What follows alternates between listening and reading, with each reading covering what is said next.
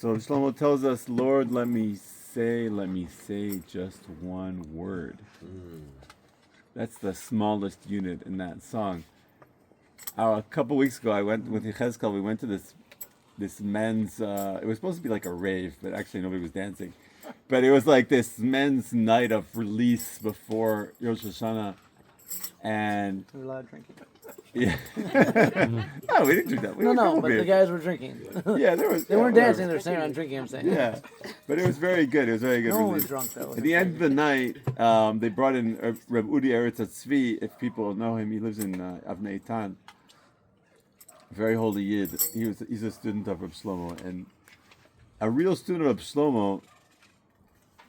I just wanted to. This is totally unrelated to what I'm going to talk about. I just wanted to share this because it really struck me. When he says something in the name of Reb Shlomo, he says, Rabbi Umori Akadosh Amekudash Bechol Minei Kedushot, Rabbi Shlomo ben Naftali. He says, Umekudash Bechol Minei Kedushot. It's like, this is the holiest of holy. He's like, this guy is so holy. You guys have no idea. That's what he's saying. It's very striking when you hear it from someone who really spent time with Shlomo and really absorbed from him. So I want to learn with you guys a single halacha. It's one line. It's real easy. We're going to learn it in 30 seconds. And then we're going to do a deep dive.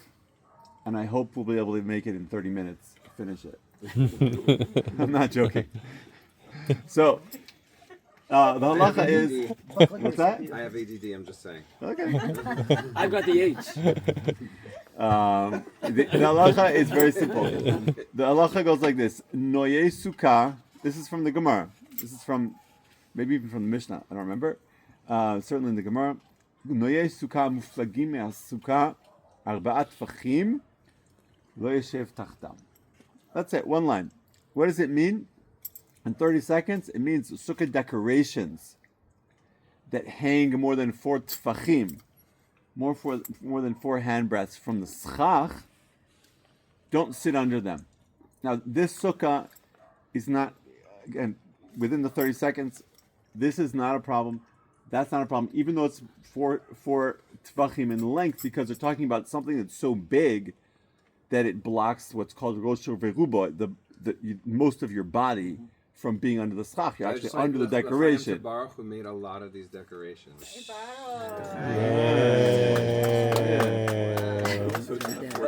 No, I said they're all kosher. This is kosher. What the halacha is actually talking about something that's wider, that's kind of massive, and like if that Ramon thing was like 3 times the width, then it'd be like, then it like covers your whole head and most of your body. Then that's the kind of thing you shouldn't sit under. But I don't even think there's an actual example in the sukkah. The fan, but maybe? The fan, yeah, maybe. I don't. You have to measure whatever. Might not be. So that's the pshat. That's like when people learn halacha. That's how they usually approach it, and they're like, okay, now I know what to do. But where is this coming from? What is the root? What is behind? What is the spiritual logic that's informing this halacha? So I want to take it word by word. I want to understand each word, and then we'll be able to understand what's going on. The first word, the decorations, are called noye sukkah. Everywhere in the Gemara. In Chazal, they don't talk about decorations. So wait, the Gemara talks about sukkah decoration? Absolutely. Interesting. Yeah. Decorating sukkahs was a thing back then. Totally. So the word noi, which means something that's aesthetically pleasing, in Chazal is often associated with a Beis Hamikdash. Okay? The word noi, there's a medrash about Nebuchadnezzar and his punishment, and it says, "Ata ichravta noyo shel olam." The words of the medrash are, you destroyed the noi of the world. The Beis Hamikdash was the most beautiful building in the world. The Mishnah says, someone who didn't see Binyan Hor, this is talking about the second temple after the reconstruction of Herod, but it says, someone who didn't see Binyan Hordus, the temple that Herod built, Lo Ra'a Binyan Yafeh Me'emav, he doesn't know what a beautiful building is. In Shirat Hayam, when we say in the psukim of Shirat Hayam, it says Zekeli v'anveu. We have one of the psukim is they say, this is my God, ve'anvehu. Now there's a machloket about what the word anvehu means.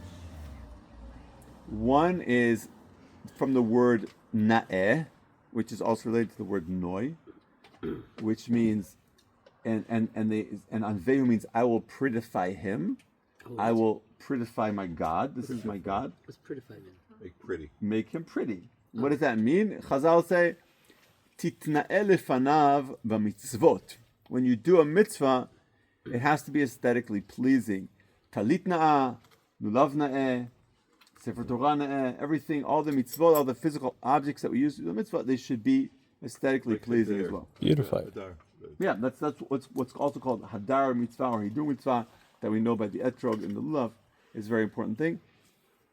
The other interpretation, this is in the Targum Onkelos. Targum Onkelos says, Ze eli ve'anvehu, I will build him in Naveh. Naveh means a dwelling place. Ze eli ve'anvehu, I will build him a dwelling. So there's a connection here. The same word means pretty, and it means Beis Hamikdash. And it's the same exact word. So Noyei Sukkah, when I read Noyei Sukkah, immediately I think about the Beis Hamikdash. Noyei Sukkah amuflagim me'asukkah. Amuflagim min asukkah. Muflagim means they're set apart. They're far away from. Okay. Now the word muflag is the same word as miflaga, a party or a separate sector. It also is the same word in Aramaic for machloket, for a disagreement. Kam miflage, it says in the Gemara, plugta. The word muflagim always means that something is distanced to the point of taking a separate stance. Okay? So that's the first two words, noye sukkah and muflagim min hasukkah. Now the Gemara here, the original halacha does not use the word schach.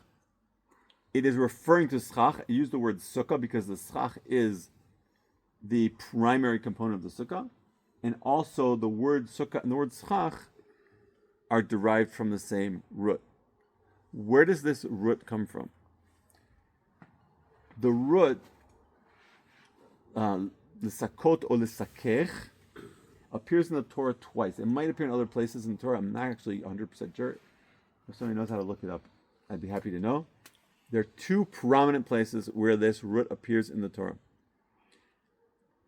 They both are very intense. One of them, the Gemara says, is one of the sources for understanding the height of the sukkah, and it's the kruvim. The kruvim that were on Argon Habrit, right, on the holy, what do we call it, holy ark, the ark of the, right, the ark of the lost covenant, the lost ark of the covenant from Indiana Jones. It had the kruvim, had the golden angels on it, and the Torah says, sochechim, kruvim sochechim b'chanfehem ala kaporet. They were part of the kaporet, the golden cover. The lid of the ark had the kruvim built into it, and the Torah uses this word sochachim, the word schach, to describe how their wings form a canopy over the ark.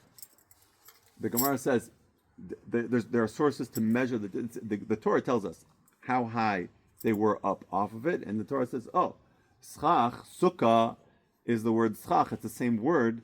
Sochachim there is 10 tfachim. That's how we know that's the minimum height of a sukkah.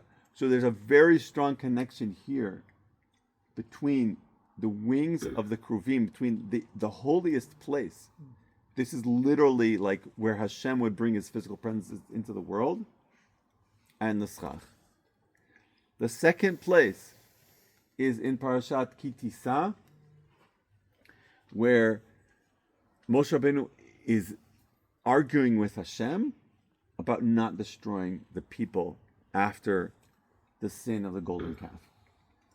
And there's this back and forth, and Moshe Rabbeinu begs Hashem to show him how he operates in the world. Hareini na derachecha. And Hashem says, look, I can't show you everything. I can't show you my face. I can only show you my back. And I'm going to put you in this crevice in the rock.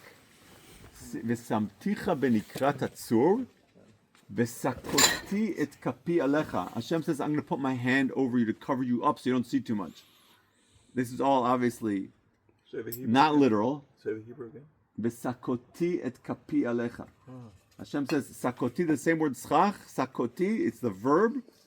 I'm going to cover you up with my hand. I'm going to canopy over you to shield you from the intensity of the divine presence. Even Moshe Rabbeinu couldn't handle it.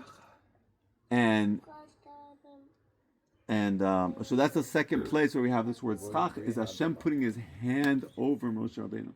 So the schach always represents creating a safe place where you can have a haven of kedusha that is safe for the bounds of this world.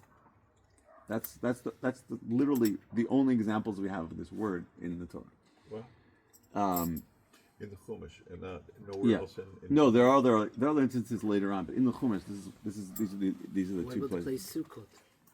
Where it says when we went to Sukkot. Right, but those are like names of places. That all goes back to the sukkah. The word sukkah also appears. But outside of labeling something as a sukkah, But to label the schach itself. right, talking about the verb.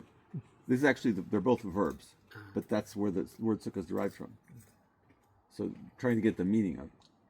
Right, but you're right, there are other mentions of the word sukkah. Sukkot, sukkah, right? So we are Noyei Asukah, Muflagim min Asukah, Arba'at Tfachim. This one was really hard for me to understand the depth, like Arba'at Tfachim. So we know in the Sukkah we have a lot, we're familiar with the measurement of Tefach in a number of different dimensions. The length of the Sukkah is 7 Tfachim, that's the minimum. The height is 10. The lavud that we make, these strings have to be 3 Tfachim in between them or less.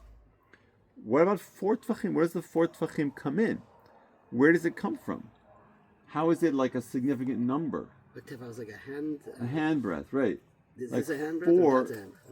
A fist. Yeah, so That's like it. also the Arba meaning they have to be 3 Tfachim tall. But where does the 4 come from? So there's a medrash about the giving of the 10 commandments. There's this really chilling medrash describing the moment when Hashem is handing over the 10 commandments. Not everything here, again, it feels like a little too literal, but obviously it's figurative. And once I heard a 2-hour lesson about this medrash, trying to explain and understand all the different aspects of it. So I'm not going to get into that, and I don't remember most of what was said there. But the Medrash says that there was this moment when Hashem wants to give the tablets. And I remember the first version, the first what it's called Luchot Rishonim, the first tablets were given to Moshe Rabbeinu already carved out. The second time around, Moshe Rabbeinu had to carve it out himself. So this is actually the only thing we have that was divinely written, literally etched into stone. The Sefer Torah Moshe Rabbeinu wrote himself, right? This is the only thing that was ever written by Hashem, so to speak. And it's being handed over, and the Medrash says the luchot were 6 tfachim. There were 6 tfachim tall, 6 tfachim wide, and 6 tfachim deep. They were a cube, actually, according to this Medrash. And Hashem is holding on to one end, and Moshe Rabbeinu is holding on to the other. And the Medrash says Moshe Rabbeinu was always in the Medrash. He's like really big guy. He was like could have been an NBA champion. You know, he was like really big and strong. So it says his hands were 2 tefachim, right? Everyone's normal hands are 1 tefach. That's literally what a hand is, right? So he's holding on to it, and his hands are 2 tefachim wide. And it says Hashem is holding on to the other end, 2 tefachim, and there are 2 tefachim in the middle. That's the 6 tefachim. And then, and at that moment, when they're both right before Hashem lets go and hands it off, they hear the sounds of partying coming from the camp, and that was the golden calf. And then Hashem didn't want to let go. I noticed. He said, "Wait, what's going on here? Something wrong." And Moshe Rabbeinu eventually wrestles it from his hands. It's a crazy medrash. But This is, again, we're still talking about the first one, yeah, the first one. Okay, He wrestles it out of Hashem's hands. yeah, and brings it down to the camp, and then he's like, okay, well, I can't really deal with this. Then he breaks them. But Which makes it now 4 tefachim. no. The 4 tefachim is everything up to Hashem's hands. Okay, the 4 tefachim. Well, Moshe added the other 2, which made it 6. Well, there's 2 in the middle. It's no man's land. It can go either way. Okay, the 4 tefachim is the space that we have within the Torah to interpret and to make it our own. Okay, that's that number. That's where it comes. That's my understanding, at least, that this is where it comes from. So, let's get back to the original halacha. Noye sukkah. You're talking the 4 tefachim. Yeah. Noye sukkah amuflagim l'sukkah. Right? If the decoration, if this aesthetic is 4 tefachim, more, it has to be more than 4, right? 4 is the limit. If it's more than 4 tefachim removed from the schach, which means When you say removed, does that mean below? What does that it's mean? longer. It could either be hanging on a cord or itself is that length.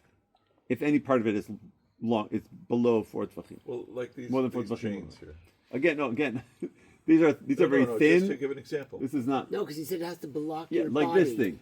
This thing. not gonna block your Okay, whole again, body. this is not a halachic example. This is just to see the measurement. He's saying right? a I'm saying a thing 1, the 2, size 3, of 4. a- This is more than 4 tefachim long. But again, if I sit here, there's no problem because it's so small. It's too small, right? Yeah. Right. Okay, so that's what you're talking about. Yeah. Thick one. You can't see the schach. Is that the idea? No. So you mean it would be like a That's what we're bunch- talking it- about, it right? would No, you're be saying like- it's so big that I can't see the schach. No, No, there's something that it would be blocks like your a, body like a bunch from of being under the grapes stuff. that's like so thick, right. like a Yeah, big like bushel of grapes or something. right, or bananas, or Those big Right, a round whole things, branch of big a whole round things. bushel of bananas. That'd be a good example. But Moshe is saying, yeah, it's blocking you from the schach. Right, you're not actually under the schach. You're under the thing. Yeah. instead. No, I thought it was a visual thing. Because I thought we have to see the schach. I thought you were saying it's blocking the view of the schach. If I don't see the schach, No, because you can see that schach. You're sitting here, and I have something above me. I'm just looking at that schach. There is such a concept, though, in the Gemara about the schach that that's why it can't be more than 20 amos, Right. because then you wouldn't be able to see it. Yeah. Oh. Okay, we're almost there. So we just want to wrap it up, right? So Can you just take us through each word now, as far as yeah. we've gotten? So okay, so we're there are 2 words left, but there's not much to explain there. It says lo yeshev tachtav. Just don't sit under it. That's what it says. So what do we have so far? We have noye sukkah, which is the Beis Hamikdash aspect of the sukkah, which, by the way, I didn't mention this, but why is Sukkot on the 15th of Tishrei? Mishkan. What is the date? Right, that's the date of the beginning of the building of the Mishkan. And The the date clouds that the return. clouds came back. Yeah, right. It's both. It's both because they were connected, and so we built our own little Mishkan, our personal Mishkan. Wait, back up for a second. The 15th of Nisan, Tishrei, the beginning of Sukkot, first day of Sukkot. right? When they started What is it? building the Every holiday we have, right? The date is significant. The date is a commemoration of something happened on that date. Right, right, So what right. happened that date? What happened in Sukkot? Oh, I see. Because the clouds of glory came back because Hashem. After Yom Kippur, Well, I see. Yeah, right. Right? Okay, yeah. the clouds came back after Yom Kippur, but we don't know exactly how many days. Yeah. From But- the golden calf to Yom Kippur was 40.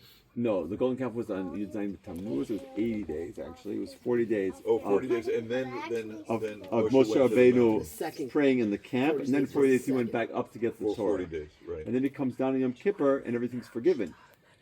Then they start building a Mishkan immediately. But what does the Torah say? There was one day when they announced it. So this is like the day after Yom Kippur, or the next day. The 11th of Tishrei. Right? They start announcing, we're going to build a Mishkan, and this is what you need to bring. And then it says, Ve'am evi baboker baboker. It says boker twice. So there were 2 mornings when they brought everything, all the materials, and then the next day they start building, which is either Sukkot or Erev Sukkot. And that's when the Ananei COVID came back. Well, they, yeah, That's so a they separate came back. They story. might have came back immediately before, after Yom Kippur, but it was the same time period. It was the same, same couple of days. So they started building the Mishkan on the 15th of Tishrei. Right. So the Noyei Sukkah is very interesting. So it's the Beis Hamikdash aspect of the Sukkah. The beauty. Yeah, the beauty of the Sukkah, which is the decorations, makes it aesthetic. The aesthetic aspect of it, which we know the peak of aesthetics was in the Beis Hamikdash. That's why Chabad keep it so simple. Like there's nothing except. You have to ask them. Shivim Panim. I'm sure they have their own reason. Different reason. Yeah. They have their own logic. So the aesthetic of aspect of the sukkah, a muflagim yasach, if it's too far removed, if it's more than 4 tfachim, which is our space in the Torah, meaning it's gone beyond, we're allowed to expound and reinterpret in the Torah. It's beyond those 4 tvachim. From the schach, which the schach is the safe haven for the divine light to be revealed in this world. Don't sit in that place. Wait, something that blocks. Or why don't we just move the decoration? Don't sit. Why don't we just like As a Noye Sukkah Muflagim. Muflagim. Min sukkah.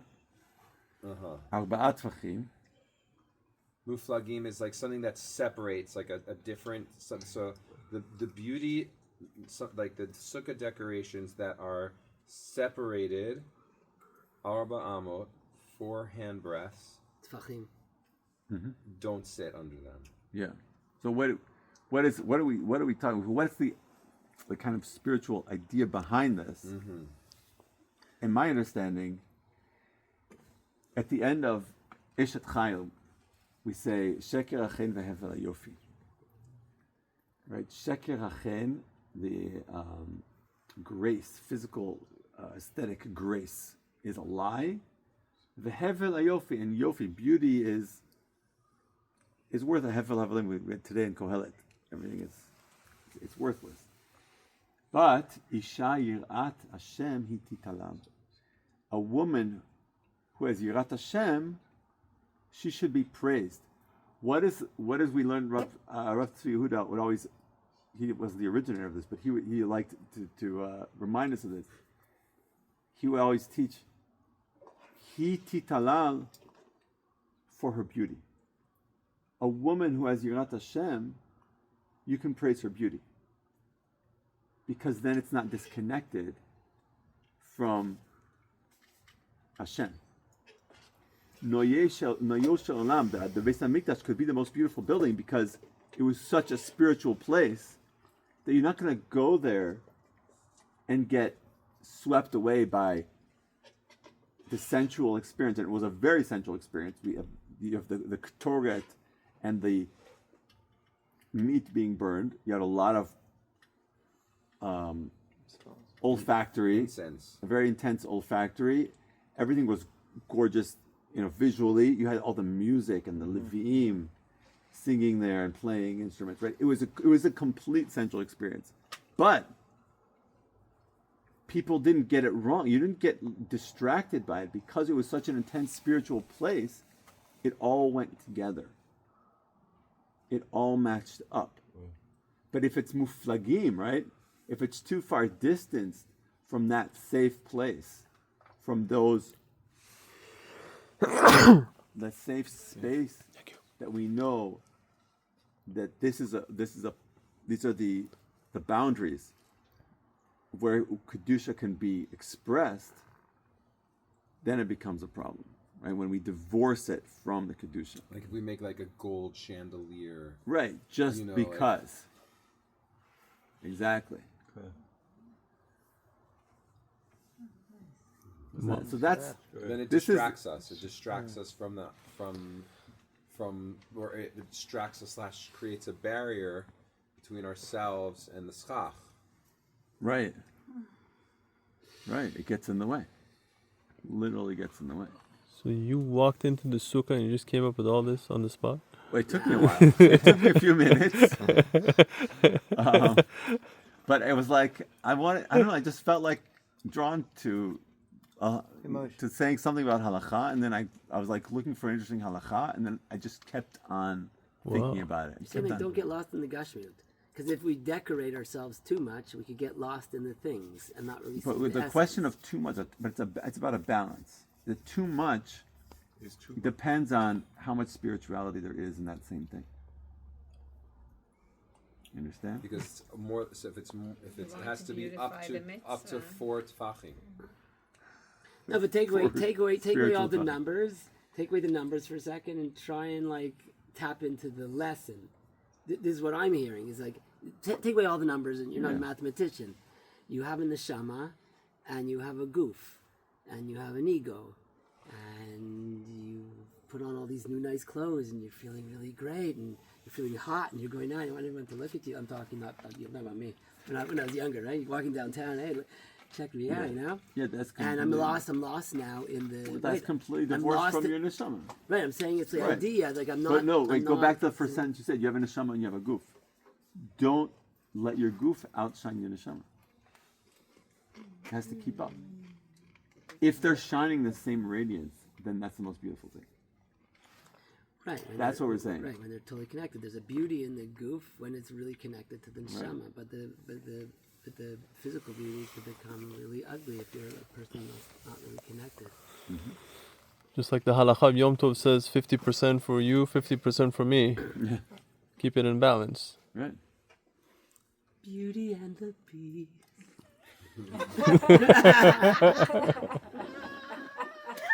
bless you all for Yeah. a good direct. He wasn't joking, he did go 30 minutes. Very much. That's like Baruch. Like it. Thank I you was very like, much for- I have this recorded.